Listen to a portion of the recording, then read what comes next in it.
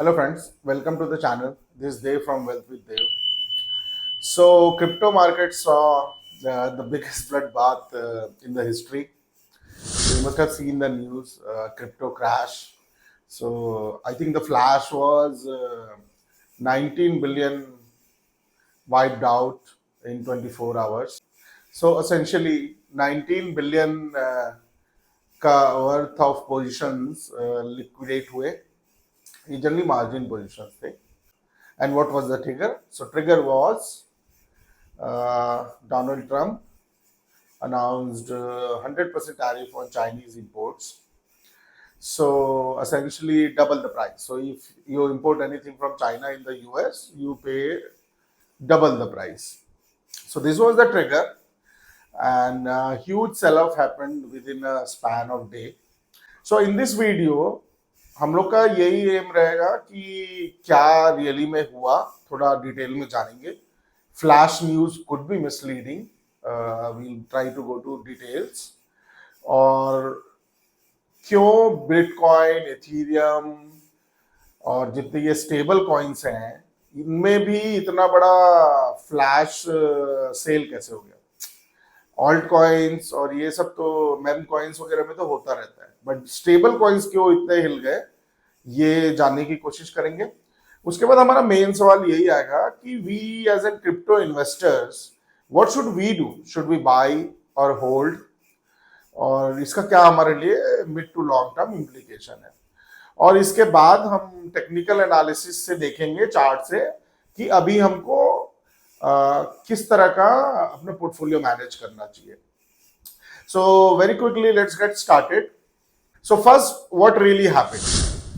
So Donald Trump announced 100% tariff on Chinese imports, and then whole market, like first it started with US futures, in equity futures, फिर Asian market में impact आया और फिर heavy cell of हुआ crypto में.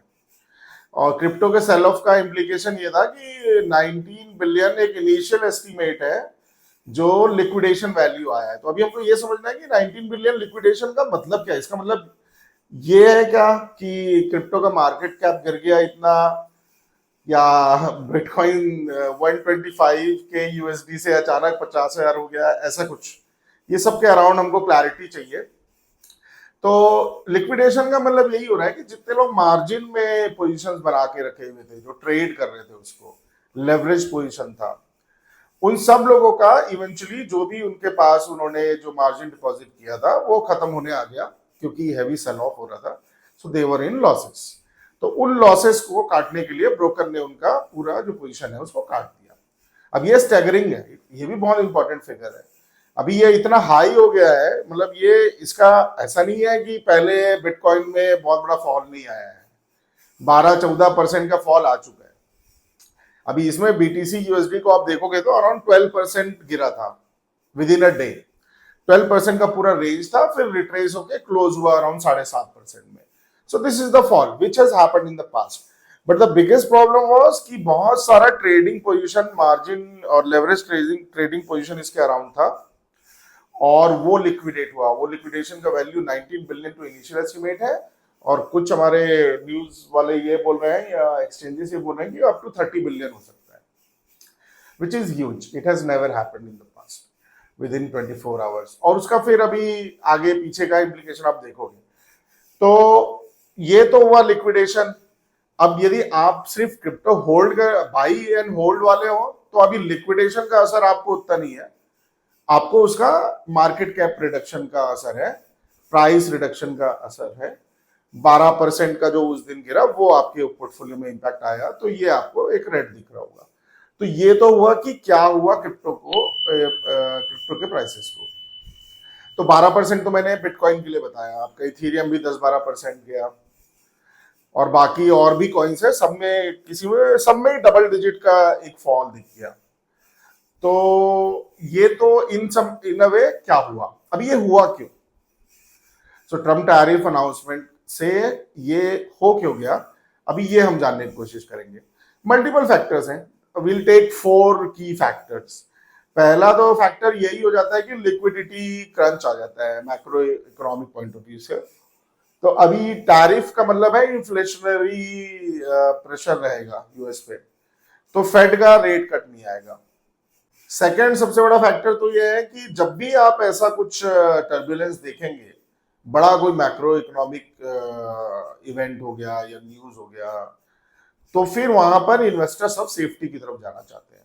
और generally crypto safest asset तो है नहीं, तो जैसे गोल्ड वगैरह ज्यादा सेफ है, तो अभी लोग बहुत सारा पैसा वहां से लिक्विडेट करके सेफ एसेट्स में जाना चाहते हैं। ये एक बड़ा रीजन था, बहुत सारा लिक्विडेशन हुआ। तीसरा बड़ा रीजन इसका यही है कि ऑल टाइम हाई के अराउंड था बिटकॉइन, 126 के, रफली around that. So all time high के पास बहुत सारा यूफोरिया तो होता है, बहुत सारे लोग खरीद रहे होते हैं, बट वहां पे फियर भी होता है। बहुत सारे लोग बड़े बड़े पोजीशन, बड़े बड़े प्रॉफिट्स में बैठे होते हैं, तो उनका फियर है कि उनका प्रॉफिट चला जाएगा, तो कुछ भी बुरा न्यूज हुआ तो एक सेल ऑफ स्टार्ट हो जाता है। प्रॉफिट बुकिंग भी बोल सकते हो आप। अभी हम आगे टेक्निकल एनालिसिस में देखेंगे, ये इन अ वे एक प्रॉफिट बुकिंग ही है in the scheme of things. और चौथा बड़ा फैक्टर ये है कि अभी चाइना का रिएक्शन आएगा इसमें। चाइना बहुत बड़ा कंट्रीब्यूटर है आपकी क्रिप्टो इकोसिस्टम में, चाइना एज अ होल। बहुत सारे में माइनिंग होती है, बहुत सारा होल्ड करता है, बहुत सारा ट्रेडिंग होता है, तो अभी उसके अराउंड क्या होने वाला है ये भी एक अनसर्टेनिटी लाता है। तो ये तीन चार मेन फैक्टर्स हैं जो रीजन थे वाइड स्प्रेड सेल ऑफ का एकदम फ्लैश में। ऐसा पिछला इवेंट चार्ट में यदि हम देखें तो अराउंड 2022 में एक आया था ऐसा पीरियड,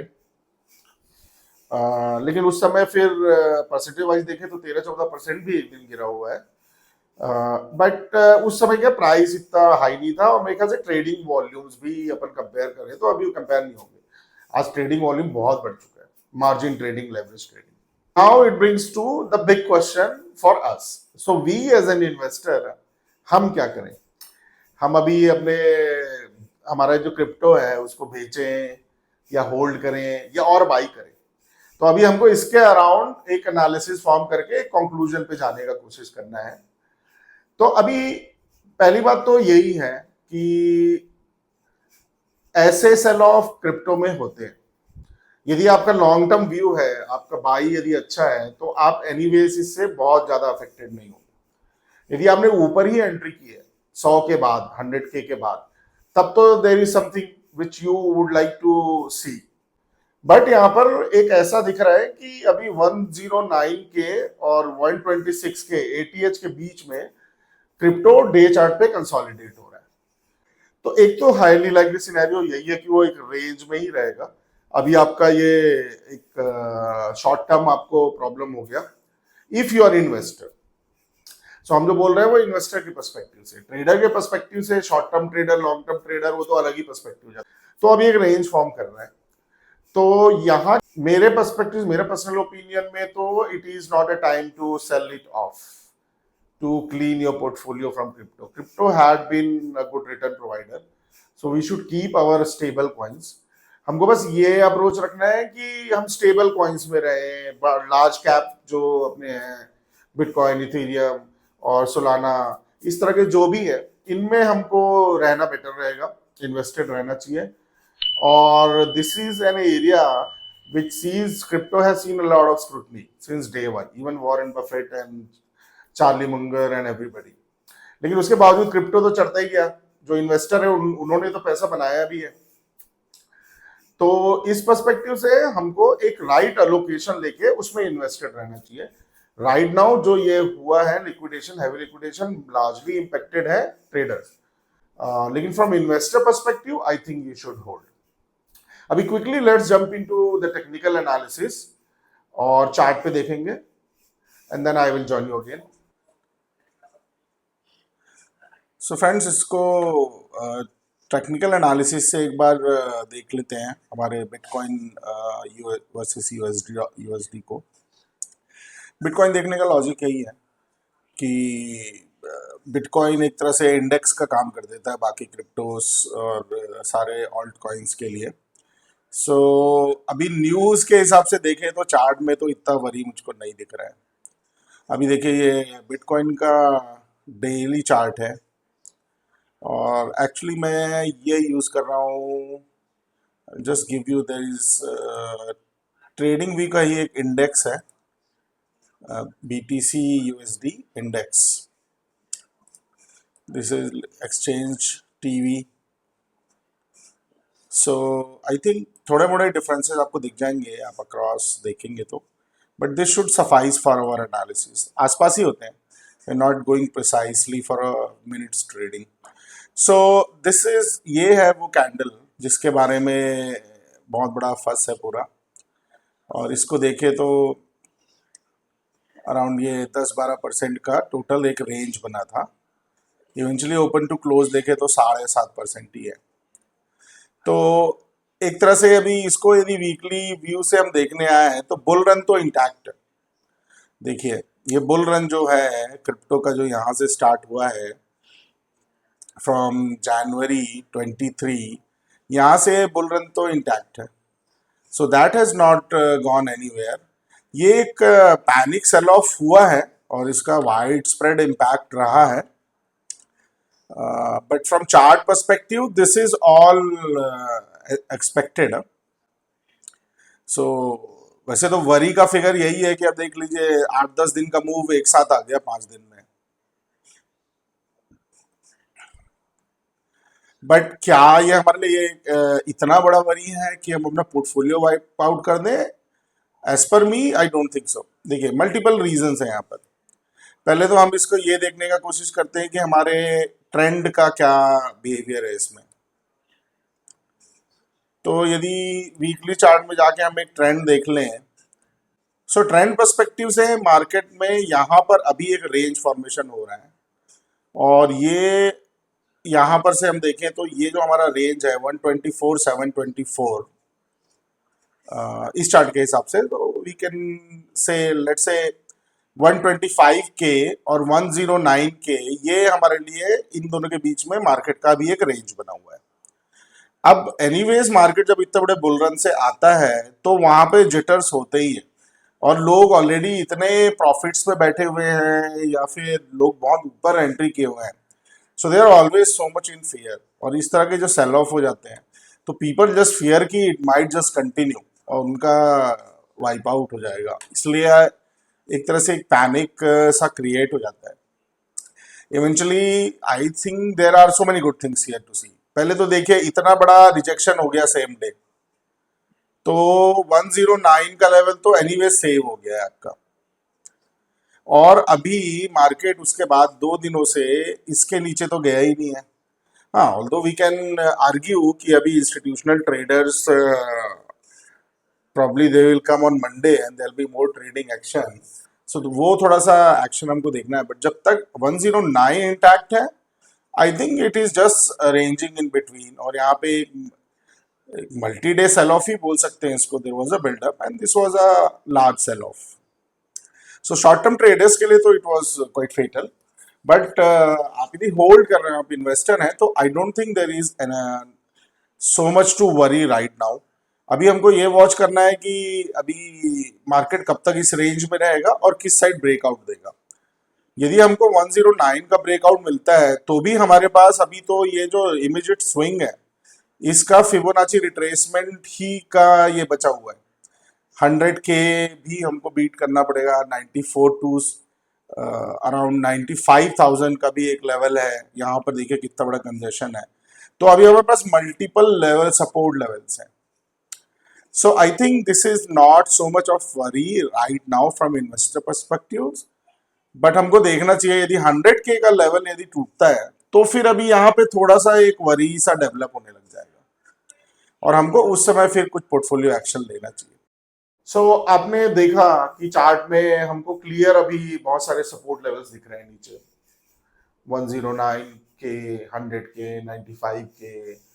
तो इतने सारे सपोर्ट लेवल्स हैं, हमको ये एक रिलीफ देता है कि इन सपोर्ट लेवल पे we will get an opportunity to make a decision, और यदि ऊपर ब्रेक होता है तो we will be able to add. और अभी का जो डिप है it could be an opportunity to accumulate, but हमको पोर्टफोलियो एलोकेशन का ध्यान रखना है। कहीं पर भी किसी एक प्राइस पॉइंट पे हमको बहुत सारा पोर्टफोलियो एलोकेशन नहीं करना है।